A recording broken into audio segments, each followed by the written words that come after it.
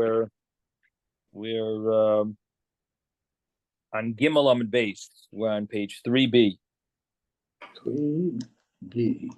3B. And we're going to start from the bottom over here, or towards the bottom. Ve'ein oisin oisai ibor ben shtei ayaros. So this is about probably 15 lines from the top of the page.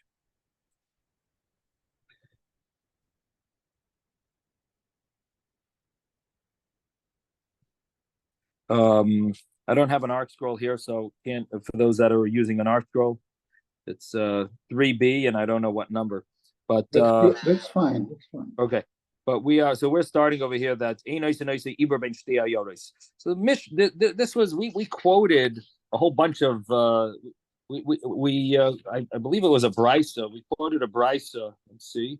Tana Rabbanan, yeah, it's a brisa that mentioned many laws about Daled Amos, that you need 4x4 in order for something to be called a house. Or many of the rules of Torah follow the size of 4 amos, 4 cubits by 4 cubits, and one of them is regarding the laws of Shabbos. And we said that you don't make an ibor, a pregnancy between two cities, unless the house has Daled Amos by Daled Amos, unless the house has 4 amos by 4 amos. Now, what does that mean? What it means is that there's a special law regarding Shabbos that every city that you're allowed to walk outside of your city 2,000 amos, 2,000 cubits. Once you pass 2,000 cubits, then you can no longer go further anymore. It's called the Tchum Shabbos. It's a limit. Just like in the desert, they couldn't walk out of the camp. So the same thing, the camp was 2,000 amos. So basically, outside of 2,000 amos, on Shabbos is prohibited to go anywhere. So you're allowed to walk up to a certain point, and that's it. So it's very applicable if you're in the wilderness or something, you're camping out for Shabbos, you have these laws. You have certain laws. Now, there is a concept of a pregnant city. Pregnant city means a city that you can add on to the city. You add on to the city because, let's say there's a house at the outskirts of the city. So if it's within 70 2/3 cubits, so then you're allowed to add that house to the city. It's called Ibor. Now, what happens if you have a house in between two cities? So that house will allow you to attach the two cities together, and then you would only count the Tchum Shabbos outside of the second city. So you'll gain a whole new city, all because of one house in the middle. It allows you to attach another city. So how does that work? So if you have 70 2/3 amos from one city to the house, and 70 2/3 amos from a second city to the house, that house will allow you to join the two cities together. So, for example, let's say there's altogether, you're allowed to have up to 141 amos, cubits, and 1/3. Let's say it's 142 cubits, just misses it. But you have a house that's right there that's connecting the two.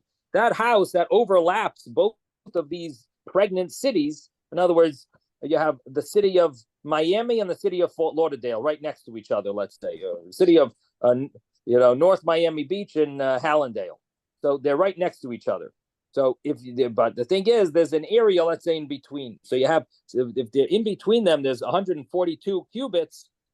You wouldn't be able to walk from one city to the next. But if you have, you'd only be given your 2,000 amos. But if there's a house in between these two cities, then you would be able to go and combine the two cities, and then you'd walk from North Miami Beach till 2,000 cubits past Hallandale, because the house would combine the two cities, because part of the house is in North Miami Beach, pregnant city, the pregnancy of North Miami Beach, and part of the house is in the pregnant area of Hallandale.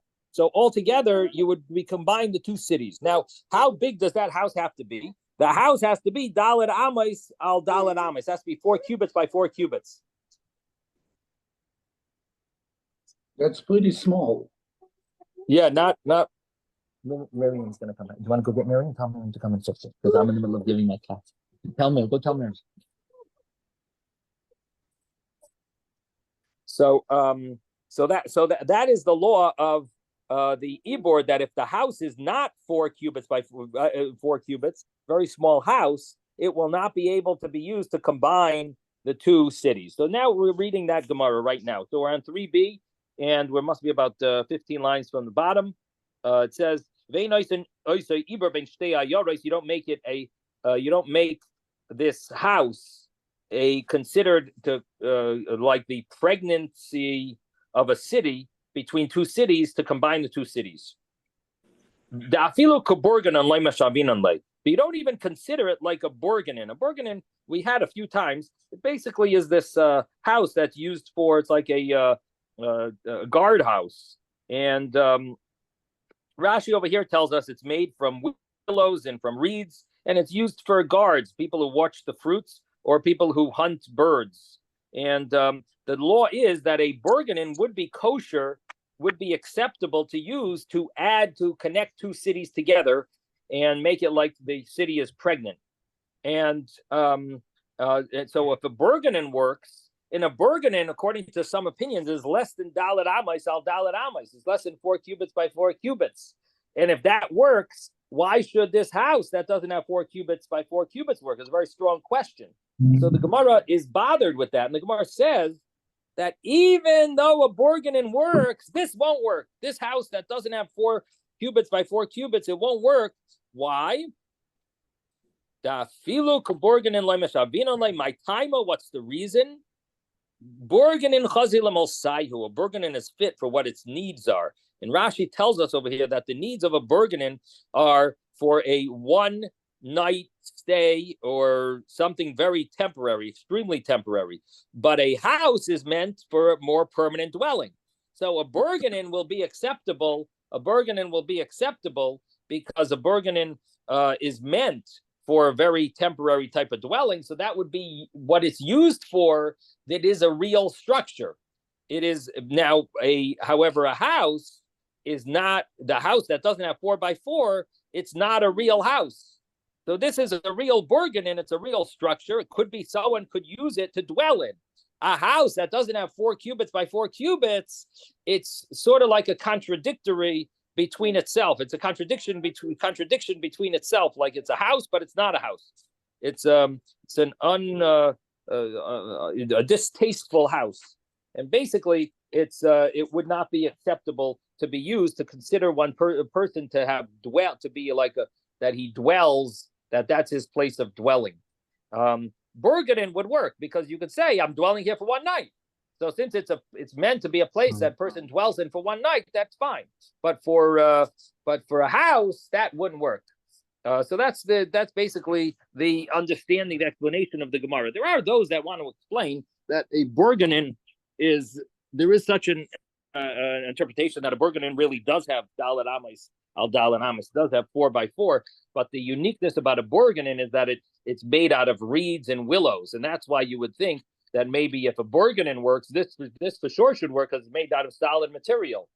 And the answer is that it doesn't, because a borganin is able to be made out of reeds, and it's meant, it's made for that, it's meant for that, it's usable. But a house that doesn't have dalet amos, then that's not usable. Anyway, so that's another way of learning this Gemara. I should mention that there is a whole question on this Gemara about the Ibor law, this whole law, because really, the same law applies. You don't need to use it to combine two cities, this house.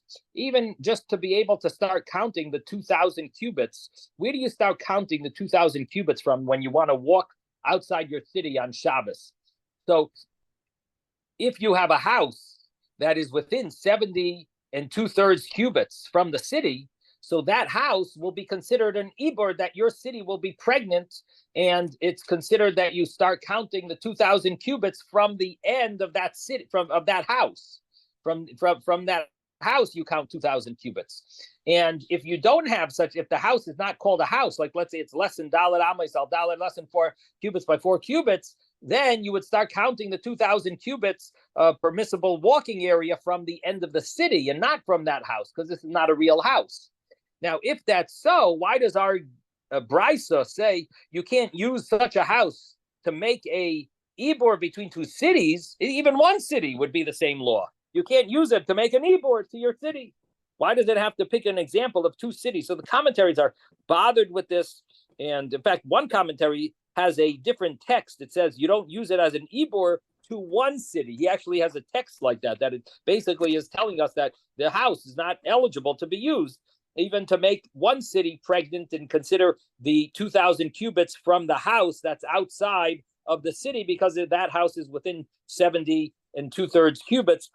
So you would think that maybe you could use it, but since the house is not 4 cubits by 4 cubits, therefore you can't count the 2,000 cubits from the house. Instead, you start the 2,000 cubits from the city. Now, that would be one that according to that version, it fits very well. According to the other version, why does the Brisa pick a case of two cities when it could easily pick just one city and you don't make an Ibor? In other words, the law of Ibor would apply even for one city. And on this, the commentaries say that the common usage of the law of Ibor is really when there's two cities and you want to combine the two. That would be the practical usage. You want to get Miriam? Could you get Miriam to come so she can set this up, please? I should tell Miriam to come. Yeah. So basically, the answer to this question is that it's practical. The practical use is the two when you have two cities. That's when it's more practical to use this law. In other words, to gain yourself an extra 70 cubits, that's not a big deal. But to gain yourself a whole new city, that's when it's more practical, and that's when people would want to use the law of Ibor. And therefore, the Brisa gives such a case because that's where it's practically used. Okay, so the Gemara continues and says that the next case of the Brisa was the brothers and the partners do not divide a house that doesn't have 4 cubits. Now, the law is that, in order to divide something, for example, if you have two partners and one of them wants to says, this is crazy. We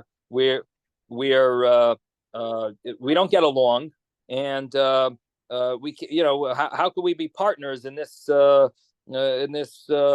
structure? Property. So let's one of us should sell. Either you buy from me or I'll buy from you.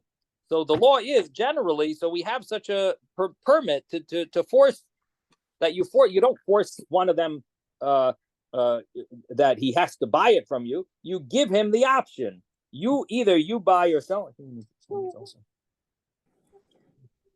Either you buy or sell, or you buy it from me, or you sell it to me. So you give him the option of doing whatever he wants, but you don't.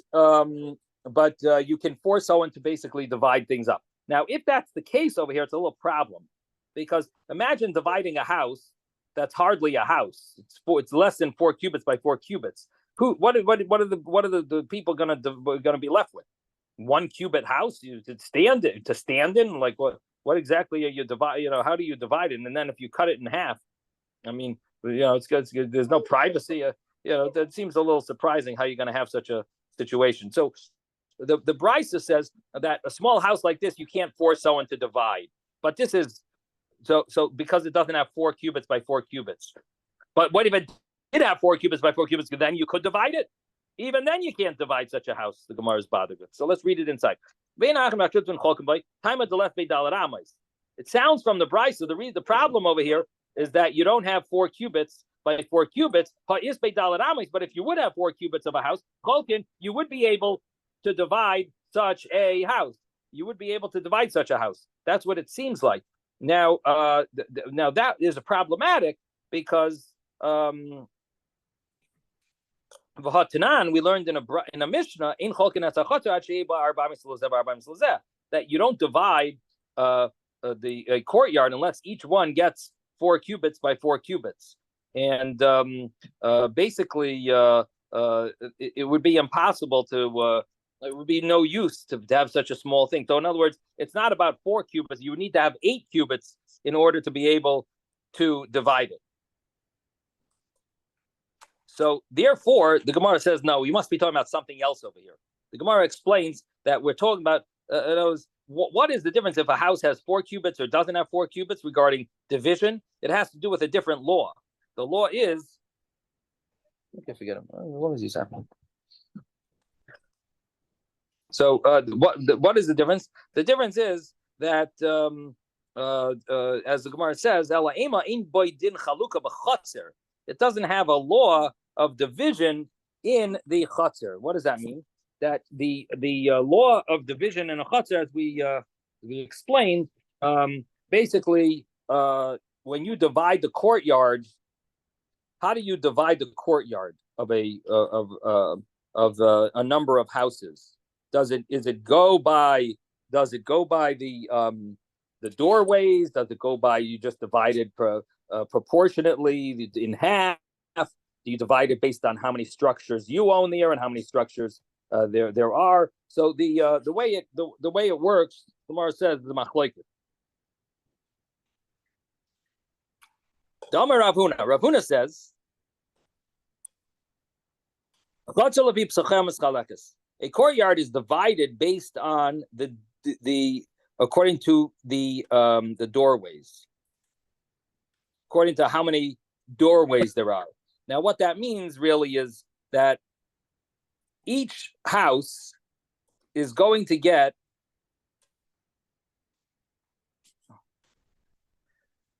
Mom is trying to call. Maybe try calling her. Each house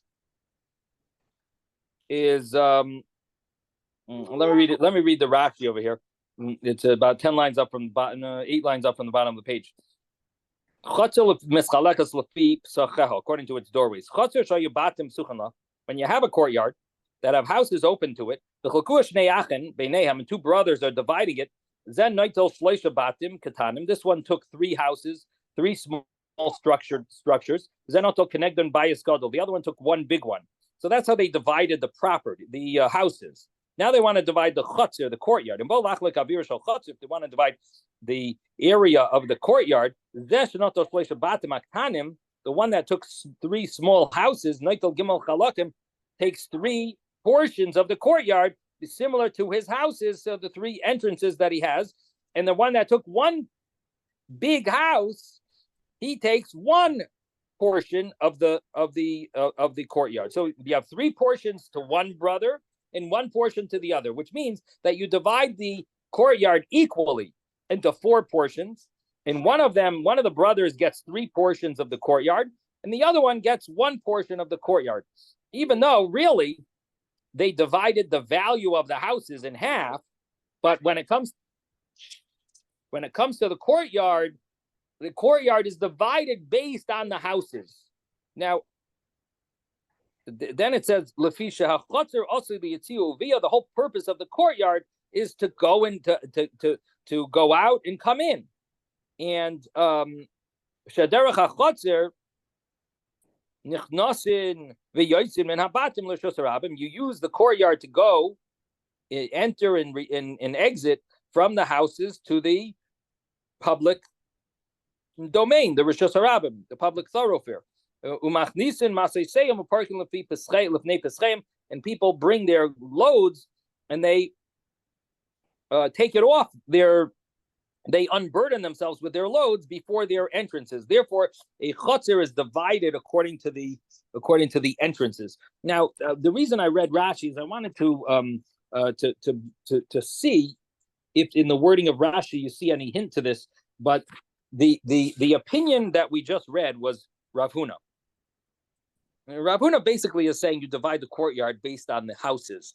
He uses the word sacheha, the entrances, but in truth, the entrances it doesn't necessarily mean it simply. In other words, there's an argument about what it means. Does it mean literally? Does it mean literally the entrances? So if one house has a few entrances, so so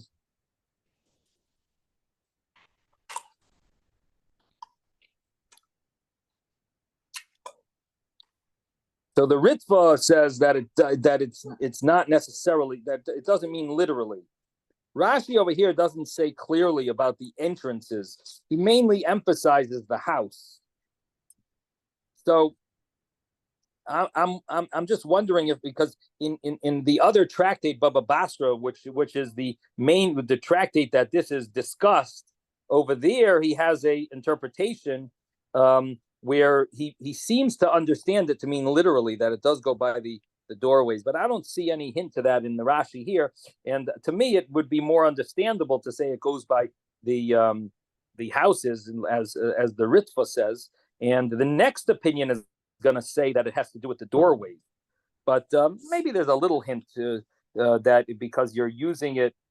It goes according to the because you're using it to take off your to unburden yourself of your load before the entrance. But I don't know if he means that to be literal, that you basically would divide it based on the doorways. Because if that was the case, I'm just wondering if people would just then go and make many doorways to their house, and this way they would be able to have more portions in the courtyard. I don't know. Yes, Jeffrey. I think the way you described it first, that what they mean is one intends to have more than one dwelling. The other one has a big dwelling, but the first brother wants to have 3 dwellings. You see, so each one can be divided. Each one is 4 by 4 by itself, and therefore you have to have 3 doorways for different people who are in fact taking their belongings in and out. Well, each house definitely has one door, no question about that. I'm just wondering. Yeah, but nowadays it wouldn't even be legal to have that. You'd have to have another egress. This is an ancient city. This is an ancient town. They didn't have doors. Now we could never do that. We can't have the wall all around and nobody have a back door, and nobody have a way to get fire equipment or things like this. So it's really quite logical that even at that early stage, that if they intended, well, there are 2 houses. My brother and I have this courtyard with 2 houses, but I want to do something with my house. It's going to be different. I'm going to take away my house and I'm going to build a unit for my sons also. So I want to do that. I have to have for each person, I have to have in the same space, I have to subdivide and I have to have a different doorway. They think that's what they mean.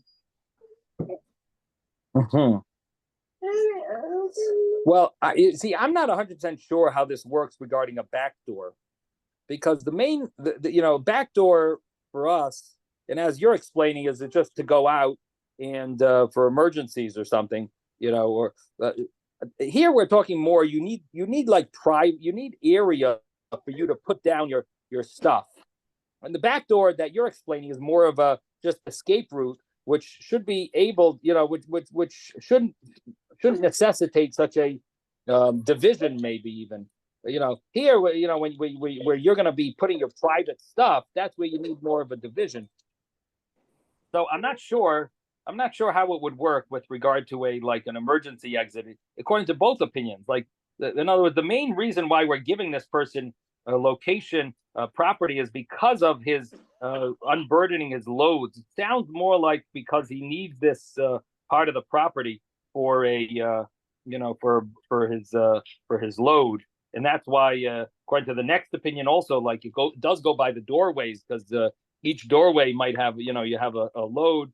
And so I'm not sure. It's an interesting question. Maybe the Daf Yomi is now learning the Baba Basra. We'll have to see if they come up with maybe when they learn this tomorrow. We can ask someone.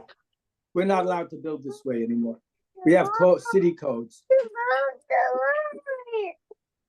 Right. Well, the way I understand it, all these chatzeros are closed off. There's only one way in and out.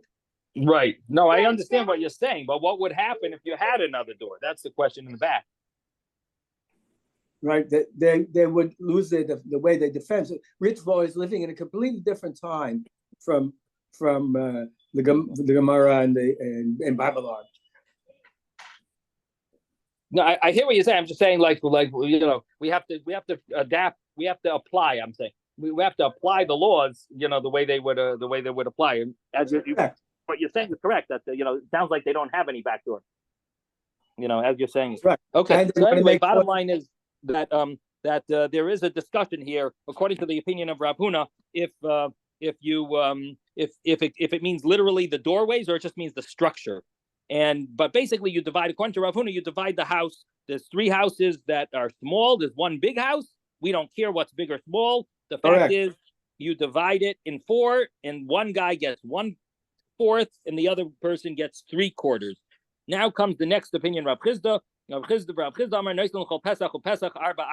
Each doorway, and here it does mean literally, each doorway gets 4 amos, because you simply need to have an area in front of the doorway, 4 cubits, and as long as the door is, that's how big your area is, and that's what you get in order to be able to put your load down and have a little location in the courtyard for your personal items.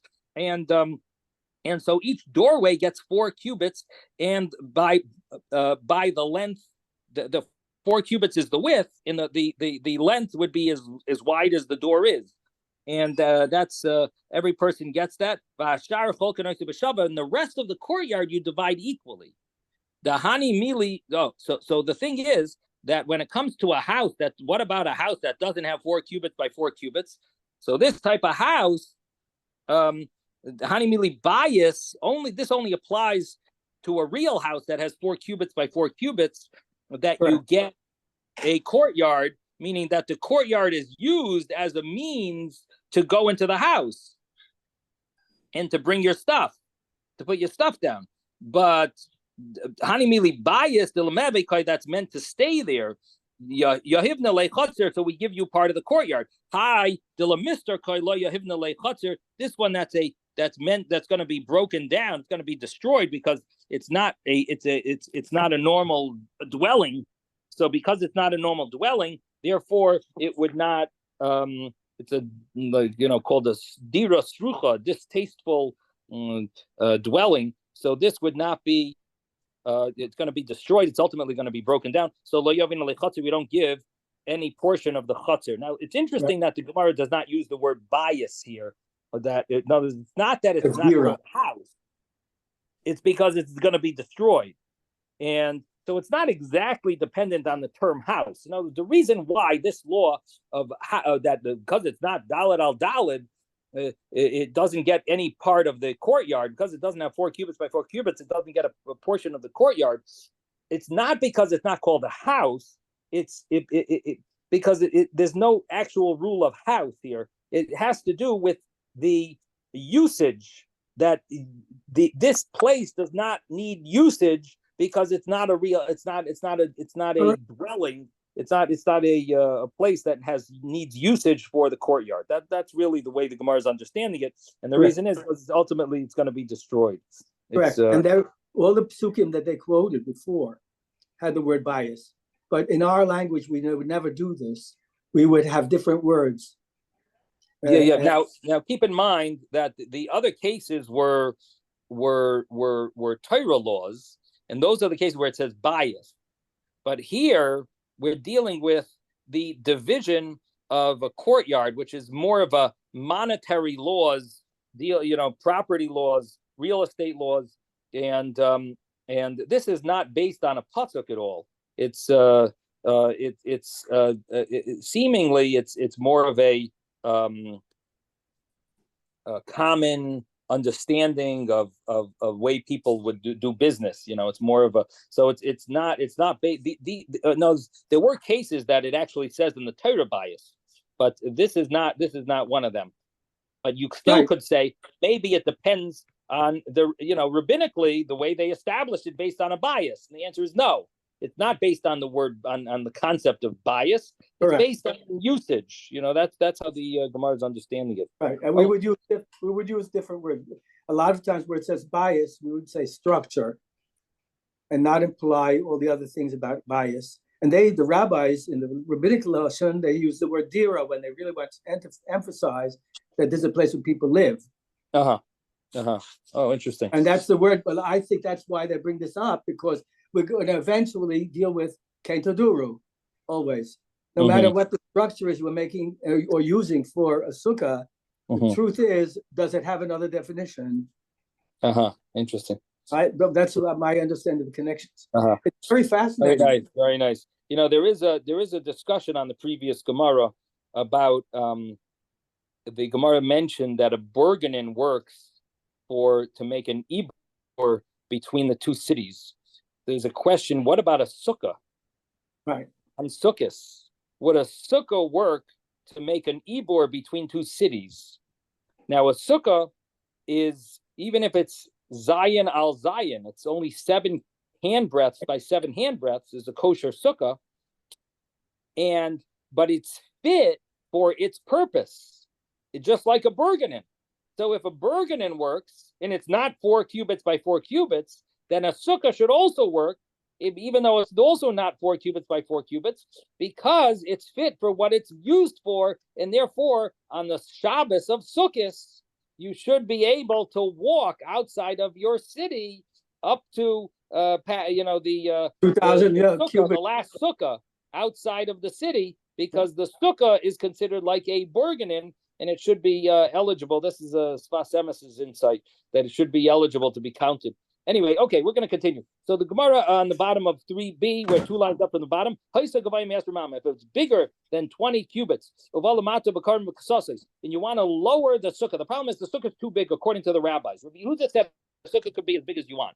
But the rabbi said it has to be limited to 20 cubits tall. So the Gemara says, what happens if it's above 20 cubits and you want to come up with the ways of lowering it? How do you lower it? So one of the ways of lowering it is if you, of course, the simple way is cut down the roof and then you lowered it.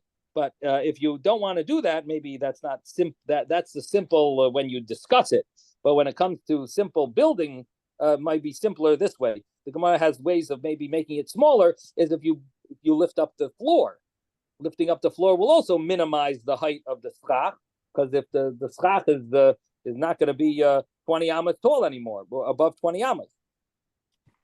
So if you want to lema'ata, you're coming to lower it, to lessen it, bikarim uvachsasais, with pillows or mattresses and cushions. So you stick it in the bottom. So now you have a floor that's higher. So the Gemara says that's a problem, because you do not really plan on leaving these here. You're just getting away with the sukkah being kosher, but it's not really the floor. This is a temporary chair that you're putting there. You're putting a temporary thing there. It's not meant to stay there for sukkahs and to be permanently placed there. So it's not considered a floor, and therefore it will not lower your sukkah. It will not minimize the height of your sukkah. So loy habi mir is not considered a meal. We're on page 4a now. Even though you said, you verbally said I'm leaving it here for sukkahs. So now the Gemara says, and even if you did say that I'm going to leave it there for sukkahs, too bad. We don't consider that a nullification of these items. Why? Mishum because your view, your opinion, your words is not acceptable, because your opinion is nullified by the normal people that will never do. They wouldn't do such a thing. They're not going to leave that there. Now, maybe in today's day and age, it might be different, because now we look at these things as cheap stuff. In the olden days, they weren't going to ruin things. Nowadays, we live in a disposable generation where everything you can just throw out. So, okay, I used the mattress once. I don't like it. I'm going to buy another one. So people throw everything out if they don't like it. But so I'm not sure. To apply this law today it would be interesting to know how the poskim apply these laws now. But at least then the law would be that it was your opinion was nullified because of everyone else who would never would not would not nullify such a thing and say, oh, I'm leaving it here for the whole sukkahs. No, you might put it there for a few hours, but you're not going to ruin it. When you leave it there for a whole sukkahs, what happens? It gets rained on, it gets stepped on with mud, and it gets after at that point you're not going to bring it back inside your house. So that would be no one would ever do that in those days. So it's so even though you nullified it, your nullification means nothing, and therefore your sukkah is still above 20 cubits, and it's invalid. Comes the next case. Teben ubidlai. What happens if you put straw there? straw maybe was used for food for the animals, but it could you could still put it there, and you were mavatal it. You said, I am leaving it here for the whole sukkah. So in such a case, it is considered acceptable as a nullification. The kolshkin, and for sure, if you put earth there, upper a bit like you put earth there and you nullified it and said, I am leaving it there for sukkah, because this is the normal thing for people to put on the floor and make it part of the ground. So these things would be acceptable, and if you nullified it, it would be considered nullified. Now,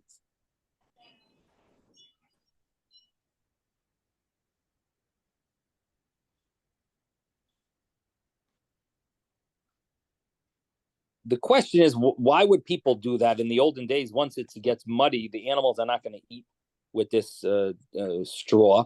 So why would they not care about it? So the commentaries mention that the fact is that even though it's not fit for food for animals, nevertheless they use it for cement, or they use it for to burn. It'd still be used for burning purposes. It seems like they used to use straw maybe to light fires or something.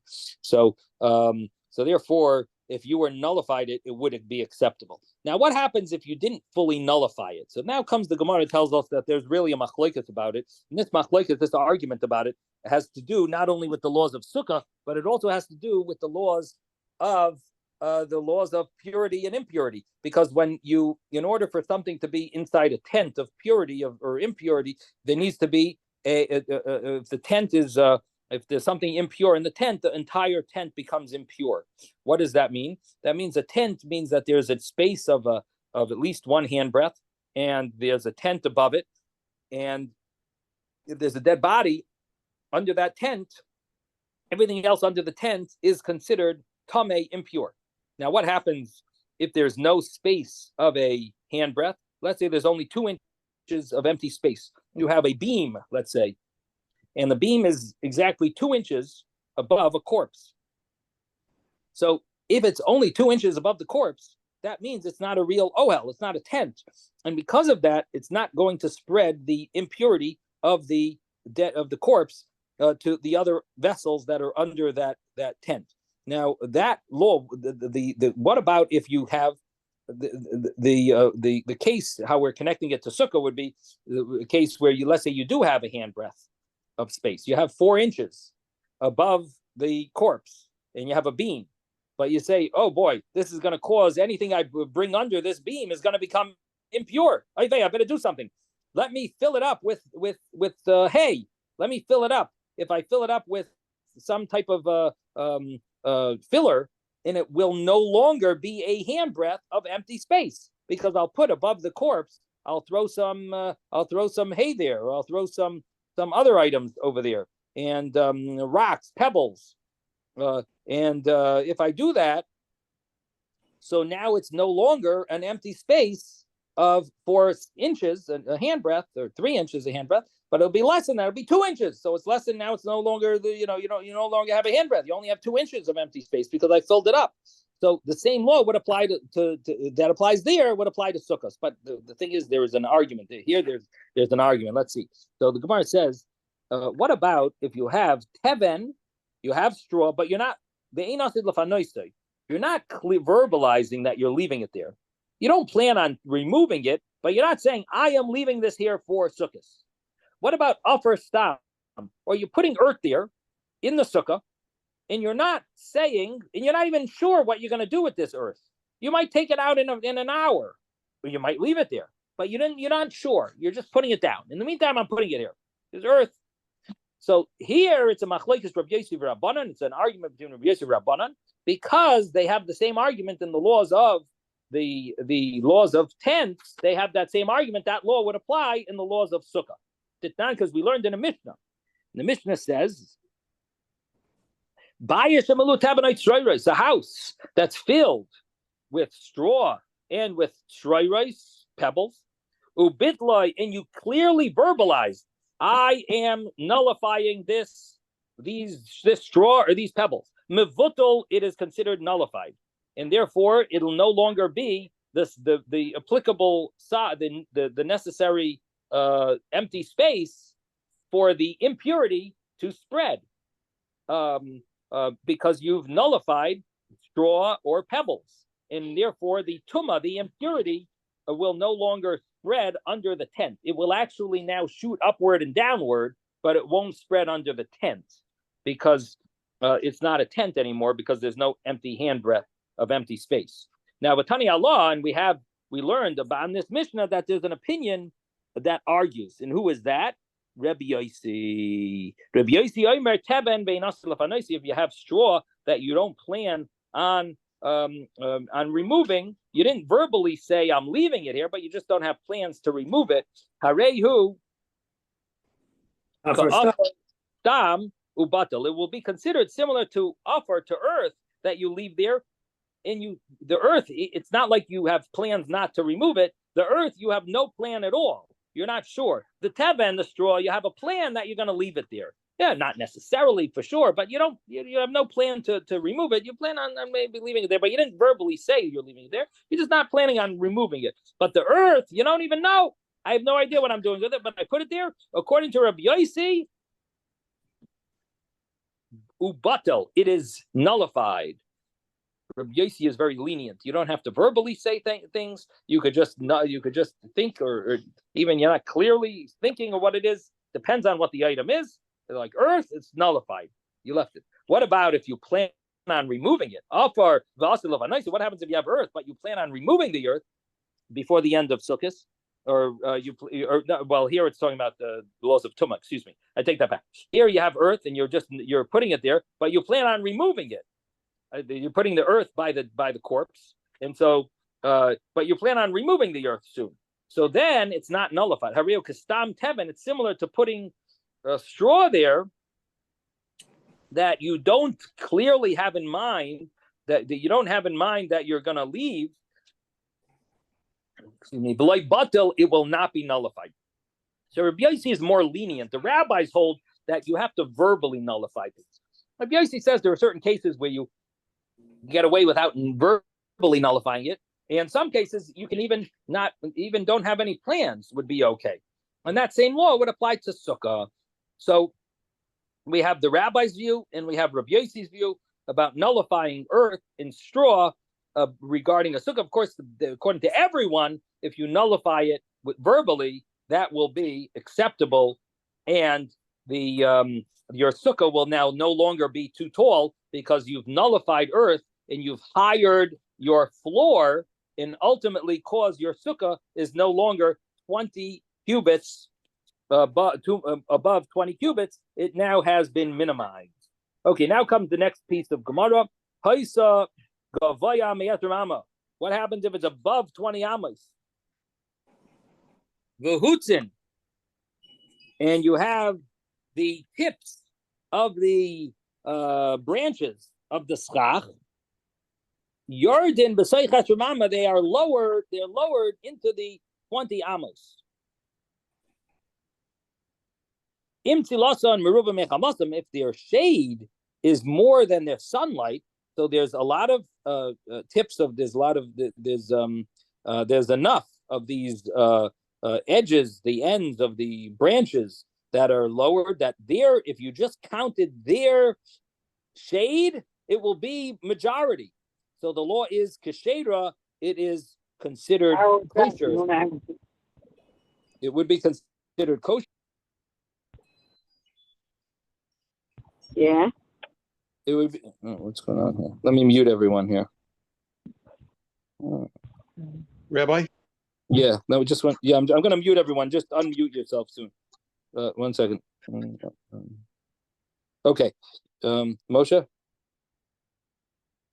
I just wanted to ask. Yeah. I wanted to ask, the laws of Tumah applies to whether you nullify or not. I mean, what can Kohanim enter regardless whether it's nullified or not? I mean, I'm just curious. No, so again, regarding we said there's a machlokes about certain items, about nullifying verbally or not nullifying verbally.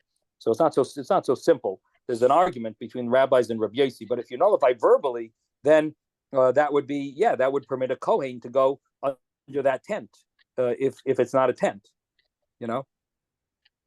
I see. because there's no space. Okay, so the Gemara here is talking about if you have enough of the schach that's lowered into the below the 20 amos cutoff line, so then the sukkah is kshera because that schach is considered good enough, and we look at that schach alone. The imlav, but if you don't have enough of the schach that goes lower than 20 amos, 20 cubits, so then psula, it will be invalid because in this scenario, the schach that's within 20 cubits is as if it's not there. It's nullified by the other schach, and it ends up not being a kosher sukkah. It's the sukkah the sukkah is too tall. It's above 20 amos. It's not good. What about the next case? If it was only 10 tfachim, 10 handbreadths tall, and so it's the minimum size sukkah, but now it could be that the schach is going to minimize your sukkah more, and it's going to be too small. What happens if you have branches going into the sukkah? So you have your sukkah has the minimum size of 10 handbreadths tall, and now it's not even that because the schach is lowering into it. Some of the schach is lowered into the sukkah. It's going into the 10 tfachim, into the 10 handbreadths. That's the minimum size of a height of a sukkah. Rabbi thought to say, if the amount that's going in is minimal, it's not causing enough shade, so maybe we should consider it as if it's not there. If it's too much sunlight, then shade, majority, kashera, it should be a kosher sukkah, right? Based on the same logic that above 20 amos or below 10 tfachim, the same thing. So Amar le Rava said, no, it doesn't work that way. This is a distasteful sukkah because it's too small, it's painful to walk in, and Ve'ein adam dar b'dira srucha, a person can't live in a dira srucha, such a small sukkah and such a low sukkah, and it is invalid. So even though you could come up with some logic that with the same logic that we had for the other sukkah, that it's too tall, here you can't say the same thing because here you have another problem. In addition to having a minimum height, it also has to be a normal dwelling, not a dira srucha, not a dwelling that is considered distasteful. Okay, what happens if the sukkah is too tall? Uvanaba itztaba, and you put inside of it a platform. Keneged doifen ha'imtzai, along the middle wall. Al panei kula, across the entire area. So it's let's say your sukkah is a 8 feet by 8 feet sukkah, and you have an area, let's say 2 feet of it, you have a platform that goes along the entire sukkah. So you have a 2 feet by 8 feet area that is a platform area. And then the rest of the sukkah is 6 feet by 8 feet, which is no platform, and the sukkah is too tall. So what happens if you put a platform over there? So the law is v'yesh b'hechter sukkah. The platform is big enough, as I said, it's 2 feet by 8 feet, and a sukkah only needs to be 7 handbreadths. So, 7 handbreadths would be 21 inches. So it's there are opinions actually 2 feet would be too small. Let me give an example of 3 feet. The platform is 3 feet because then you cover all grounds. If some say that a handbreadth is 4 inches, let's say. So that would mean that the minimum size of a sukkah would be 28 inches by 28 inches. So here your sukkah is 36 inches by 8 feet. So it's definitely you have a sheer sukkah, you have a hechsher sukkah. The platform is considered the minimum size sukkah plus. It's yesh b'hechsher sukkah. It has the minimum size of a kosher sukkah. That would make the sukkah kosher. And as we mentioned when we learned this, it actually would allow you even outside that area to dwell inside the area that's not the platform, that also would be considered considered a kosher sukkah, because the schach would be considered kosher because of the kosher schach that you have by the platform. That this would be considered a extension of it, and it would be considered kosher. The next case: what happens if you built the platform on the side of the sukkah? Min hatzad. What happens if you built the platform on the side? So this is the next case where it's not gonna. So the earlier case, if you think about it, the first case, the case that we just learned, you do have 3 walls. Now, when you put it on the side, how many walls do you have of that area of the platform? You only have 2 walls now, because when it goes against the back wall, you get all 3 walls there. But when you go against the side, it's only 2 walls. Let's say you have the north wall and the west wall, but you don't have the south wall and the east wall. There is no east wall, so you don't have, so you only have 2 walls here. So now let's see what the case is. Rabbi, yeah, yes. there's a picture here. Can I share the picture? I mean, everyone should have the picture in the regular Gemara. There is a picture, but okay. yeah, I think everyone has it. Okay, so the Gemara says minatzad, if you have it on the side, so the Gemara says there is a way that you could consider it 3 walls. How would you consider it 3 walls? Because if the schach together with the wall that doesn't have a platform near it, you could consider that as what's called a bent wall, and that wall would be your 3rd wall for your sukkah. There is a concept that if it's within 4 cubits, it will be a kosher wall for your sukkah. So the Gemara says, it's from the edge of the platform to the wall it's not near. If there's arba amos, if it has 4 cubits or more, psula, it'll be invalid.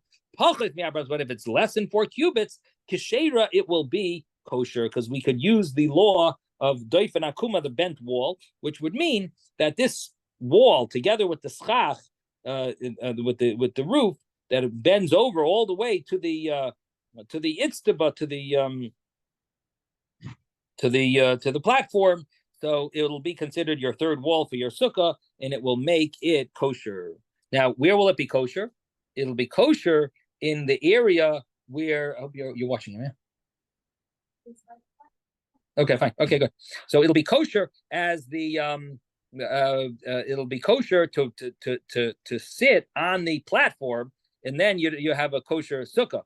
The issue would be that the sitting anywhere else, it's considered a wall, right? So that could be problematic to consider it a kosher sukkah, extension of your kosher sukkah.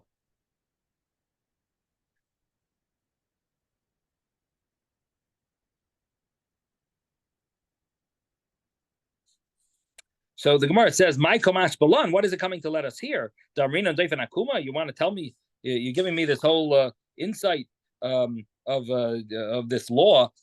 You want to tell me a law of deifen akuma is actually a mishnah? I don't need you young rabbis to go and tell me. Oh, you're telling me a whole new thing. The Gemara here is basically the rabbis, the students. They joined. They got together and they spoke about different laws. So this is Rashi. I'm sharing you what Rashi says in the previous page. He says what we are going to see now are piskei shmuos, things that they heard, the bnei yeshiva, the students of the young scholars of the Beis Medrash of Rav Ashi. They shared over here different halachic laws about sukkah, but they're not going to share something that's a mishnah. They'll share something that's some insight that they found. This is something you might not know. Let me tell you something. You're not going to tell someone, Bereshis bara, Hashem created the way. You're not going to say something simple, something that everyone knows. You're not allowed to worship idols. No one's going to. They're not going to say that. They're going to tell you something that's of insight. So the Gemara is asking. So what do you tell me? Doifen akuma? I mean, that's a mishnah. So the Gemara says, Tanina bias nifchas. If you have a house that has a roof, but the roof broke in the middle, and it's like a window. It's got a hole. The roof has a hole. So you put schach on the hole of the roof. What about the walls for the schach? So now you have a sukkah with a schach, but what about walls? So Gemara says you could use the wall. If from the walls to the schach, if it's 4 cubits, then it's puzzle, because we don't say doifen a bent wall. Pachas me dekan, but if it's less than that, then it would be ksheira, it would be kosher. We would say doifen akuma, and we could consider the sukkah a kosher. So we could consider that your house a kosher sukkah, and the walls of the house are considered walls of the sukkah, even though they're not exactly next to it, but they're within 4 cubits. So the Gemara says, yeah, okay, ma'u the tema hasam who dechad yola doifen. I would have thought that there it works.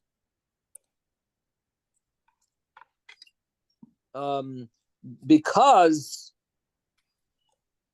the wall is a good wall. It's less than 20 cubits. So you say doifen akuma to attach the wall to the schach, you know. Aval hacha, but in our case, think about our case. Our case, the wall is too tall. So the like aval hacha, like the leichazia doifen, it's not fit to be a wall. For your sukkah, we're only making it a wall with doifen akuma, but it's above 20 cubits. So Amalai, I would say you don't say the law of doifen akuma. Kamash Malan comes lets us hear that this is considered a kosher sukkah, and we say the halacha we apply the halacha of doifen akuma, and we kosher your sukkah even though the wall is above 20 amas. The Gemara gives another case. What happens if you have a sukkah that's too big, but you build a platform, you build a itztaba in the middle? And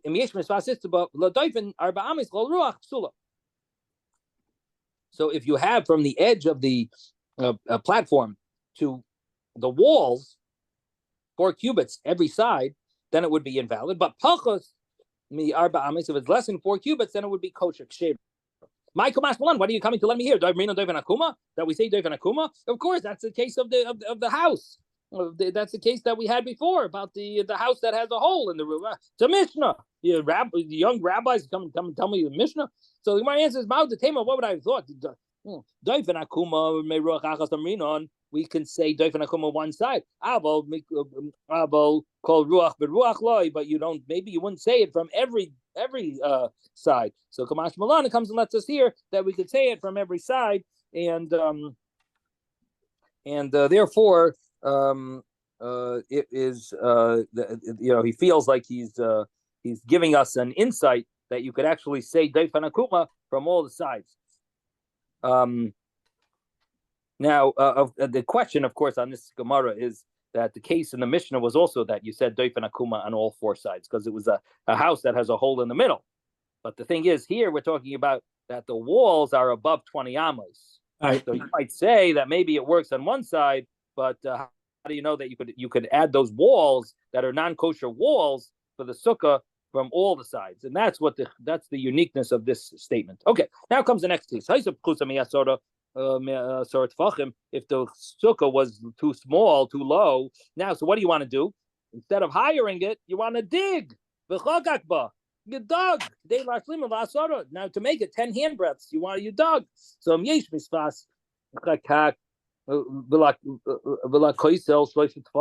if you have from the edge of the digging and to the wall of the sukkah 3 handbreadths, psula, it's invalid, because the walls will not be able to join the sukkah. The sukkah is very nice. Your hole in the ground is 10 handbreadths tall. The only thing is you don't have walls. You need walls. If it's within 3 handbreadths, then you have walls. It's called lovin. But now turn the page. But if it's less than 3 handbreadths from the wall, we can consider the wall of the sukkah to be the wall of this area that's dug out. Somewhere it says, why over there did we say that less than 4 cubits? Less than 4 cubits. Why is there a difference between the wall, making a sukkah, adding a itztaba platform, and you have up to 4 cubits. And here we can connect the wall even if it's up to 4 cubits. And here we only have up to 3 tefachim. So Hazam the Isla Doifen over there, you have a wall. It's considered a wall because a wall that's as long as it's above 10 tefachim, it's actually called a wall. 1 minute. Sagya, so less than 4 cubits, it'll be good enough. We can make it. It's less than it's a wall. We can use a wall less than 4 cubits. It'll be good enough. Halcha, but here, pachas may adisa pachas may abamis sagya is good enough. Halcha l'shavya l'doifen, to make a wall that's not 10 handbreadths into a wall. Pachas l'tefachim in, if it's less than 3 handbreadths, then it would work because we could say the law of Lavan. But if not, if you don't have, if you have more than 3 handbreadths, we will not consider it. We will not make it into a wall, and that's where we're going to stop. Zayik everyone. Have a wonderful day. Thank you, Rabbi. Thank you, Rabbi. Have a good day, everybody. Thank you, Rabbi.